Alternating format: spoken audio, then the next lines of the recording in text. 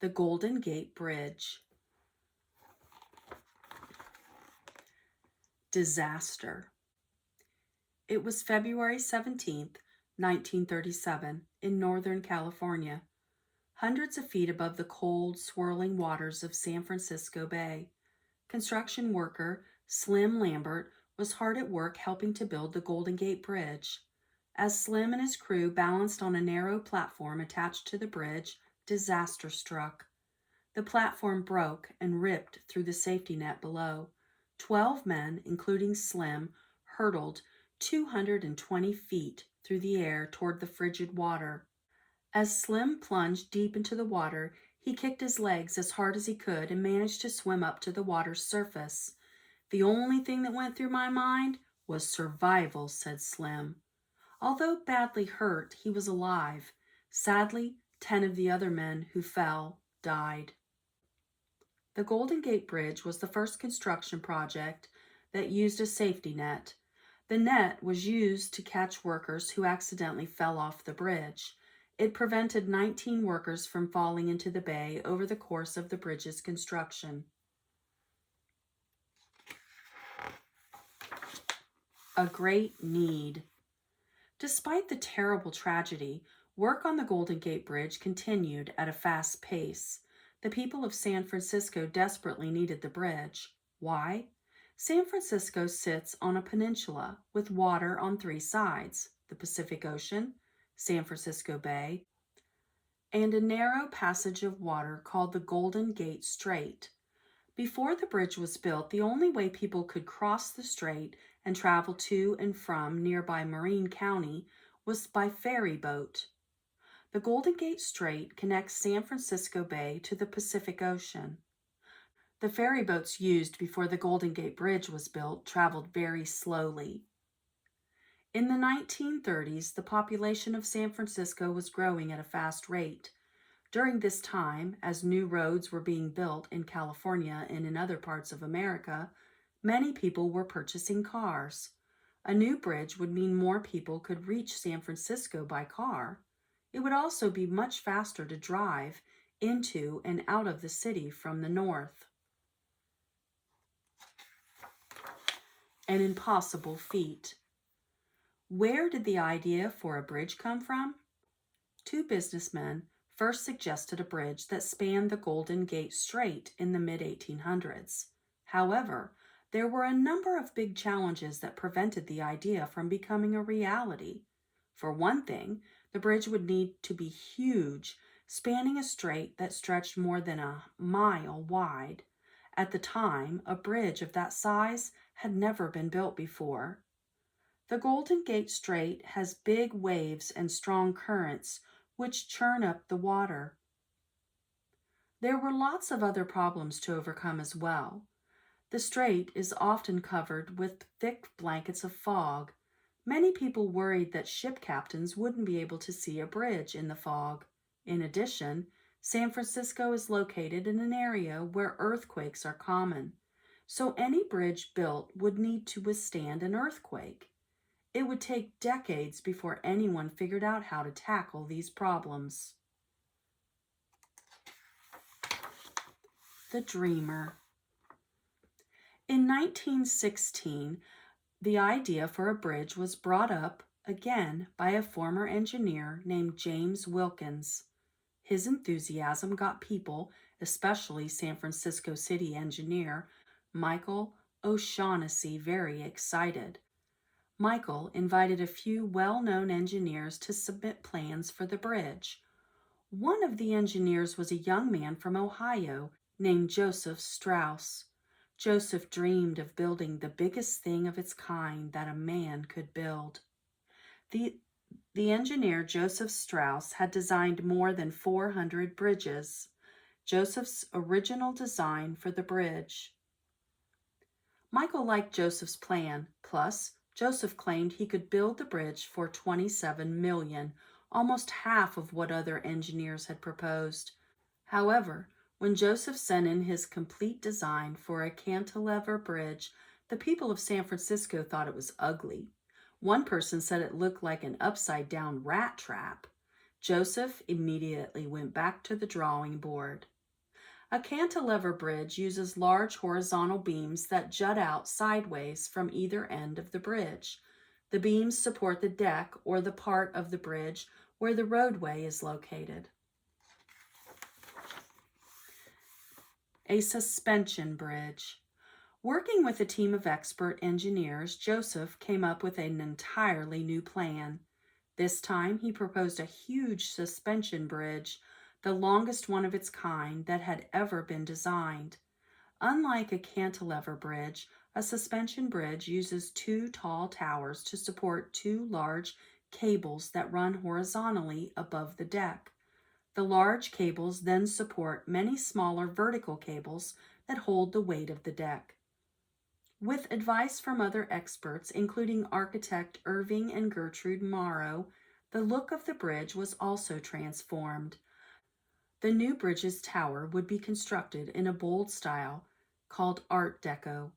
The bridge would also be painted a rich reddish-orange color that would help the structure stand out against the surrounding hills and water. A suspension bridge, large horizontal cables, towers, smaller vertical cables, deck. Art Deco was a popular style in the early 1900s. The Chrysler Building in New York City is one of the most famous Art Deco buildings in the world. The United States Navy didn't like the color chosen for the bridge. They wanted the bridge to have black and yellow stripes to make it even more visible to passing ships in the heavy fog. Brave workers wanted. With the design finally approved, construction of the Golden Gate Bridge began on January 5, 1933. Workers would have to deal with dense fog, strong winds, and freezing cold. They would also have to work at dizzying heights where the risk of falling would be a constant threat. Despite the dangers, thousands of men, including taxicab drivers, farmers, and a cowboy named Slim Lambert, lined up to work on the bridge. The project took place during the Great Depression, a time when most people were desperate for work.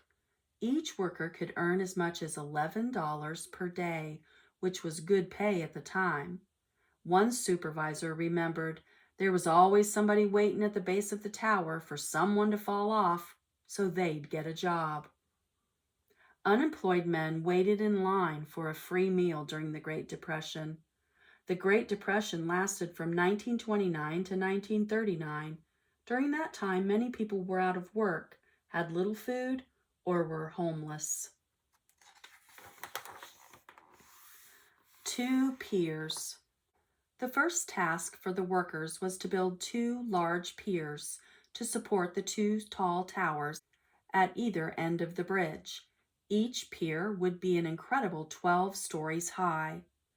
While the northern pier would be built on land, the southern pier had to be placed in the water.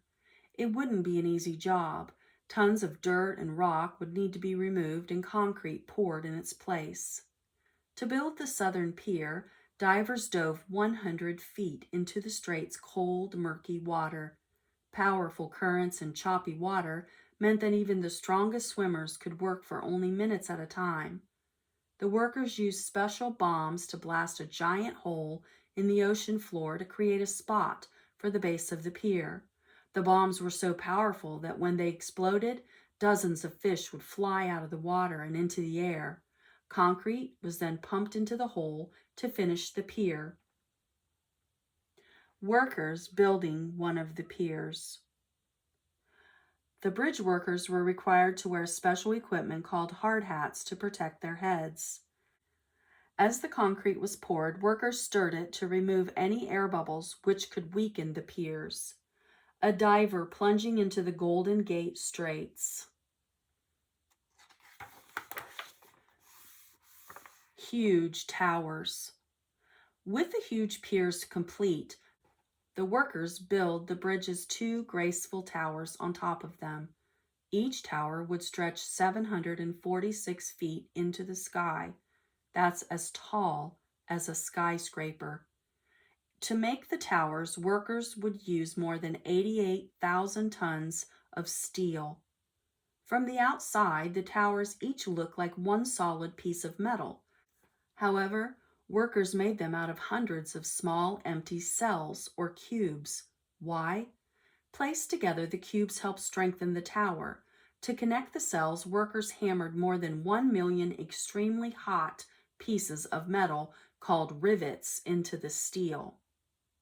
The northern tower slowly takes shape. A worker connects the metal cells together with rivets.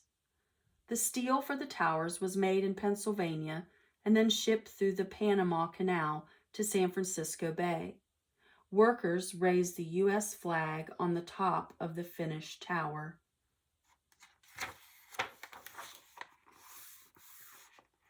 The main cables. After the towers were finished, the workers installed the two main horizontal cables. Each cable measured 3 feet across and weighed 12,000 tons. To make the cables as strong as possible, workers spun together tens of thousands of smaller metal strands, each about the width of a pencil. In total, more than 80,000 miles of steel strands were woven together to create the cables. The strands of metal used to make the bridge's cables are long enough to stretch end to end to encircle the earth more than 3 times. The two main steel cables also needed to be flexible. The bridge's engineers carefully designed them so that they'd be strong enough to support the deck and roadway, but light enough to bend up to several feet in the air. 2 men working on a cable. The cross-section of one main cable.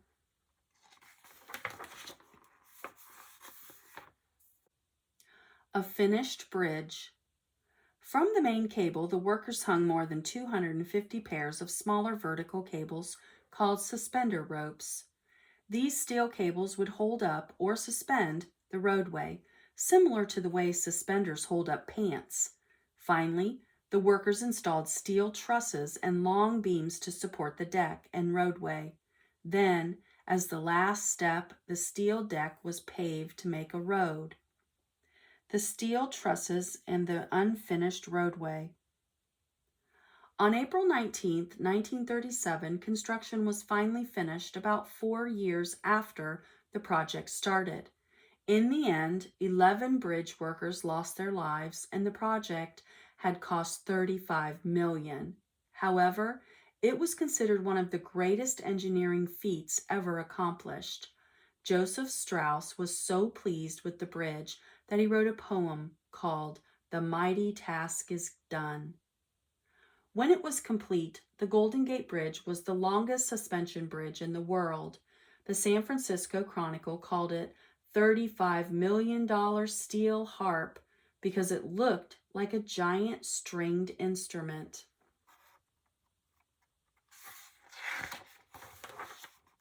Opening Day. San Francisco celebrated its new bridge with a 2-day party.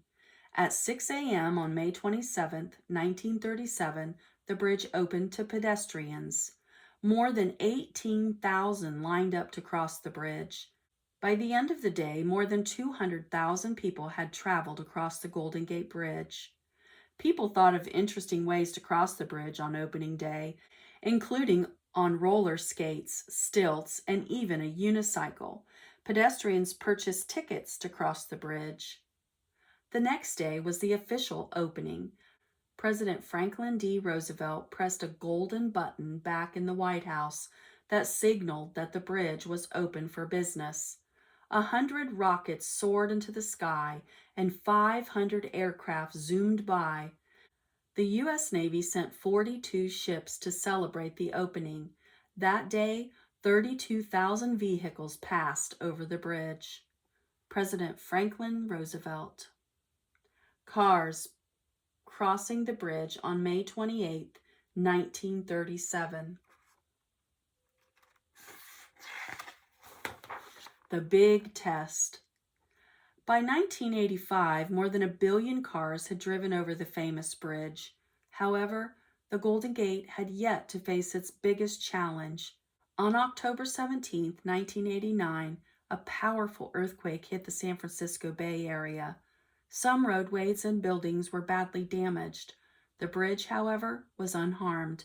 The bridge that many people said could never be built stood strong in even the most dangerous conditions. Today, more than 100,000 cars cross the bridge each day. People still marvel at the beautiful structure. It's not just a symbol of San Francisco. The bridge is proof of the amazing things people can accomplish when they work together. A portion of the major highway in Oakland, California, crumbled from the force of the 1989 earthquake. Since it opened in 1937, the Golden Gate Bridge has closed 3 times due to high winds. The Golden Gate Bridge is one of the most famous and most photographed bridges in the world. American Places, the Golden Gate Bridge.